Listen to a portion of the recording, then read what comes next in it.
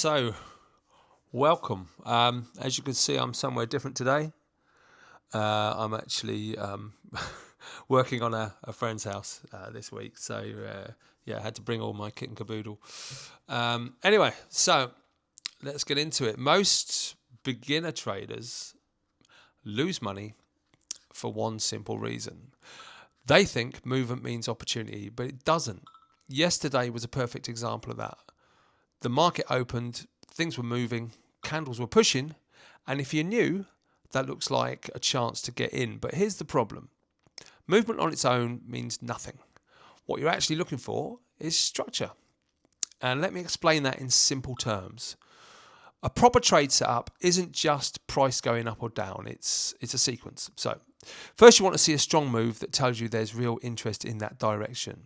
So it needs to be going up. Then you want to see a pullback, but not a collapse. So price should then come back and hold and show signs of support. And then what you want is continuation. So price pushes up again, and the high bits get higher, notably higher, and the lows are higher as well. So where it dips to the bottom, it's like it creates a diagonal line. Once you start seeing that structure building, that's what gives you something to work with, because now you're not guessing. You're reacting to what the market is showing you.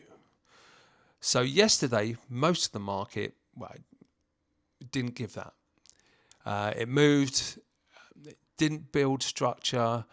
And this is where a lot of beginners go wrong. They see some momentum and they jump in. And what they're actually trading is just noise, not the real setup. So the correct decision would be yesterday was no trade. And that's something a lot of people struggle with. Now, here's where it gets interesting. Later in the day, one of the stocks I was watching did form a clean move. Proper structure, proper continuation, the kind of setup you want. And this is where people beat themselves up and think, oh, I missed it. But you didn't miss it because that setup didn't exist earlier when decisions needed to be made.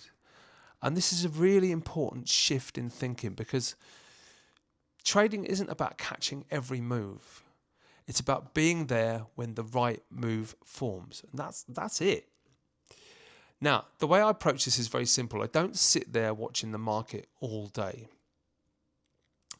There's essentially a very specific window where I'm looking for setups, because that's when the market is most likely to show structure. If it's not there, I'll step away.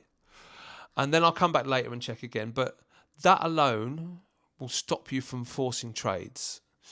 Now, the other thing that protects you, even when you do take a trade, is risk management. Every trade should have defined risk before you even enter. That's because the goal isn't to be right every time. That's just impossible.